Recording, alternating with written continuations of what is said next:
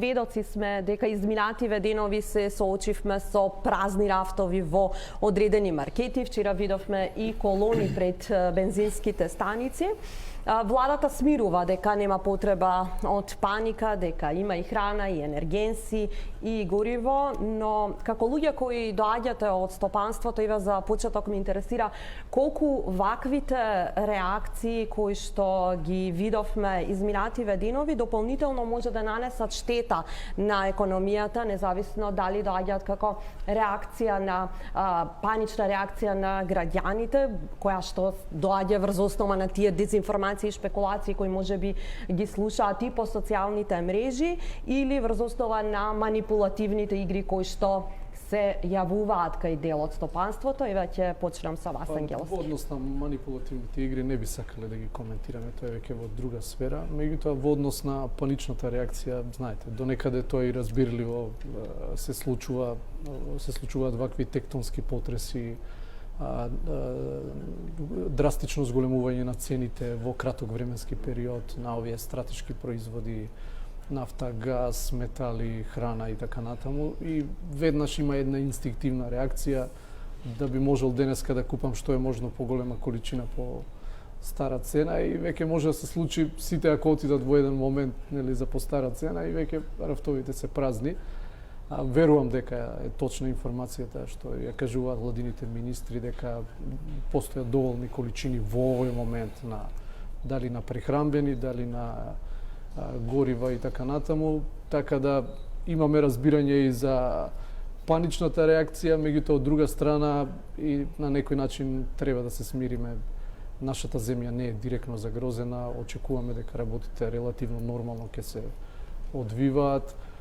Океј, за очекување дека во следниот временски период цените ќе се коригираат дали на енергентите, дали на одредени прехранбени производи, меѓутоа не сме директно загрозени. Ангеловски, како комора, мислам дека еден од вашите предлози беше ограничување на маржите да има, а не на цените на производите. Сега гледаме дека има и одредени реакции во делот на новата мерка која што беше донесена и која што ќе важи во следните 3 месеци. Каде излаза тоа недоразбирање? Па ние кога го дадовме предлогот негде во декември месец, кога беше во најава оваа мерка за фиксирање на цените, што веќе господинот Трајчев ја кажа дека е релативно непопуларна. Знаете, во ваква атмосфера каде што сте зависни од одредени берзански компоненти, дали е на одредени стратешки житни производи, енергија и така натаму, да ги фиксирате цените е многу непопуларно и може да се случи да одредени компании почнат да создаваат загуби.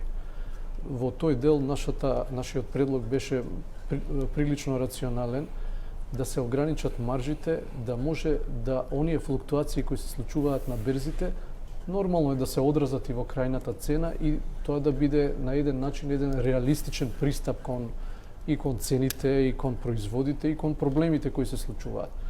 Сега, тука сте во право и ние ги слушаме овие проблеми.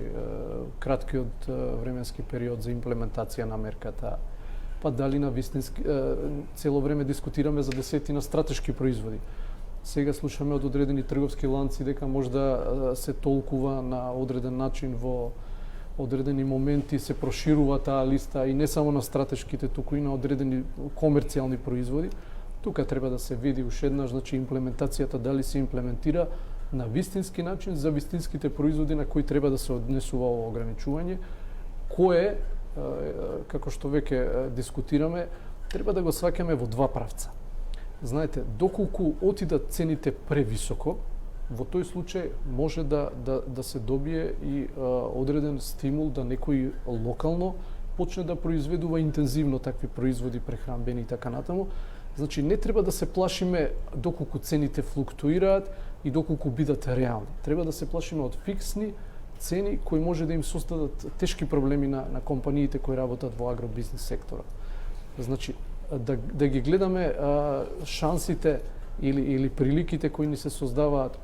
Океј, може да дојде до висока цена на храната, меѓутоа ние се декларираме како земја која знае да произведува земјоделски производи, па дајте да искористиме таа шанса на некој начин.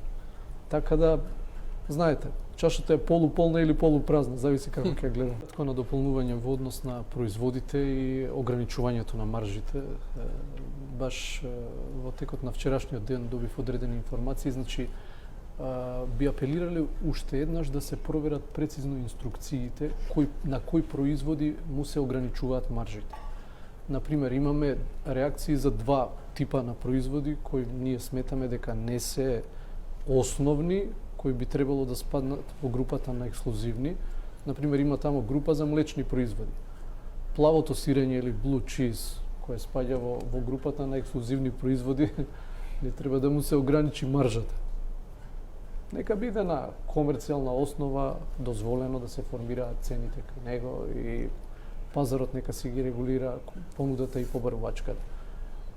Исто имав сугестии дека во одредени маркети, одредени трговски компании кои се членки кај нас, во однос на пршутата, во онаа група на сувомеснати производи. Исто и кај пршутата има толкување од одредени институции дека и таму треба да се ограничат маржите, значи фали едно прецизирање кои се основни производи, да не биде опширно објаснето, па секој во текот на контролите да може на свој начин да ги толкува, да има прецизна листа кој производ влегува, кој не влегува. Ангеловскиве, и за вас прашањето во делот на наплатата на даноците зголемена, но имаме пад кај наплатата на данокот на добивка. Каква е ликвидноста на компаниите со оглед и на овие ризици кои што сега дополнително предстојат? Навистина ние гледаме дека ова што ни се случува овие денови со украинската криза е можда, ако така некако ги поделиме сите овие кризни моменти од почетокот на пандемијата, можда ќе биде проблем број 4. Ако првично почна со пандемијата, се надоврза со прекинот на светските ланци на снабдување, па светската инфлација и украинскава криза ќе е проблем веројатно број 4. И навистина се одразува тоа и преку добивките, и компаниите, и сите економски оператори веќе се на крај со своите сили, енергии и резерви што ги имаат. Во однос на наплатата на даноците, со оглед на инфлацијата и зголемувањето на цените, со оглед дека даноците се наплаќаат во проценти, ова што веќе директорката го кажа, очекувам дека тука даноците ќе бидат во очекуваниот износ платени, меѓутоа дефинитивно на компаниите едноставно ги очекува еден тежок временски период. Ќе видиме целата оваа криза премногу штетни влијанија има насекаде и на самите учесници во кризата, и на овие земји кои наметнуваат санкции и така натаму. Реално не гледам некој да има директен профит од оваа ситуација, така да очекувам дека не би требало да трае предолго и така натаму, затоа што дефинитивно штетните последици ќе бидат огромни. Ангеловски. И јас сметам дека од прилика сме на истата линија, дека пазарот на трудот е неразвиен кај нас. Дефинитивно агенцијата за вработување не баш на најдобар начин ја одработува својата Во која смисла? задача. Ви имате дефицитарни занимања, како што веќе спомна моите соговорници, кои се исклучително дефицитарни и исклучително високо платени за македонски услови. И не ги наоѓате.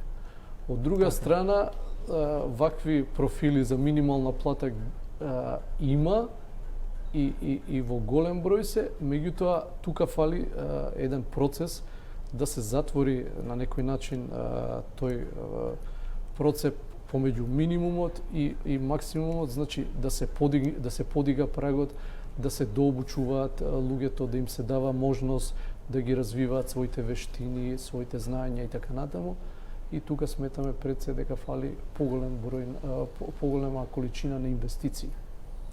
Доколку има тука и образованието секако игра улога. Не болната точка, ја мислам. Образованието, дали средното стручно образование, сега има одредени обиди за дуално образование, кое се обидуваме на извесен начин да го организираме. бројот на слободни места во средните училишта. Тоа е круцијален проблем. Вие, например, имате 30.000 слободни места каде да се запишат учениците, а имате 18 или 20.000 ученици кои се запишуваат. И имате 10.000 слободни места и тогаш што се случува? Секогаш се оди на популарните училишта без државата да изгради јасна стратегија. Нас не требаат 1/3 општествени науки, 1/3 стручни технички училишта и 1/3 хуманистички училишта. И тогаш го покривате целокупниот Потребите на пазарот. Потребите на пазарот. А доколку овозможите вие во неограничени количини било каде секој да се запишува, се случува овој хаос кој го имаме моментално. Ангеловски, што е она што сега државата може да направи во однос еве и на реализацијата на капиталните инвестиции? Тука секако се отвара како прашање, ако гледаме дека тие секогаш се на удар при оние ребаланси кои што се прават во текот на годината, ребалансите на буџетите. Зборам и капиталните инвестиции постојано имаат кратење, а и реализацијата е ниска во однос на она што секако е првично планирано. Мислам дека е вистинскиот момент да сватиме дека од вакви кризни ситуации и моменти можеме да излеземе само на еден единствен начин, а тоа е со произведување на нова додадена вредност. Така да сите овие капитални инвестиции кои се веќе испланирани во минатиот период, па еден добар дел од нив се и започнати, дефинитивно мораме да ги завршиме што е можно пократко и во што е можно пократок временски период да ги пуштиме во употреба за тие да можат да ја дадат својата употребна вредност.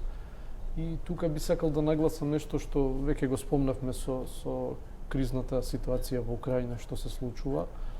Ако имавме како второ случување од почетокот на пандемијата прекинот на светските ланци на снабдување, голем дел од компаниите од Западна Европа бараа своји партнери во Источна Европа да ги реалоцираат своите производства, порачки и така натаму. Сега имаме еден друг процес. Сега веќе од таа Источна Европа на некој начин се дистанцираат, затоа што или биле во Украина, или биле покрај Украина и не е баш најбезбедно во моментов. Така да можда е вистински момент и тука да искористиме од целата оваа ситуација, да можда одредени странски инвестиции, одредени производи кои можеме да ги пласираме на западните пазари, сега е вистинскиот момент да се покажеме и да произведеме одредена додадена вредност и производи и да излеземе од оваа кризна ситуација со подобри вредности, резултати. И за крај, како председател на Сојузот на стопански комори, пред неколку дена се пожаливте, реагиравте, алармиравте дека имате закани вие и дел од вашите соработници. Има ли некаква разврска, дали имате информации, дали МВР постапува, дали се откри кои, може би од каде стигаат заканите? МВР дефинитивно е вклучено, дефинитивно постапува, дефинитивно беа сериозни заканите, така да со најодговорните во Министерството имавме разговор и од нивна страна бевме уверени дека во најскоро можно време тие ќе излезат со резултати по конкретни случувања. Дефинитивно беа тешки моменти и за нас. За каков тип на закани станува збор? Па веќе имавме пресконференција на таа тема, ги објаснивме детално, мислам, многу нетипична ситуација за една стопанска комора која првенствено во описот на своето функционирање треба да се занимава со економските прашања, се случија такви моменти.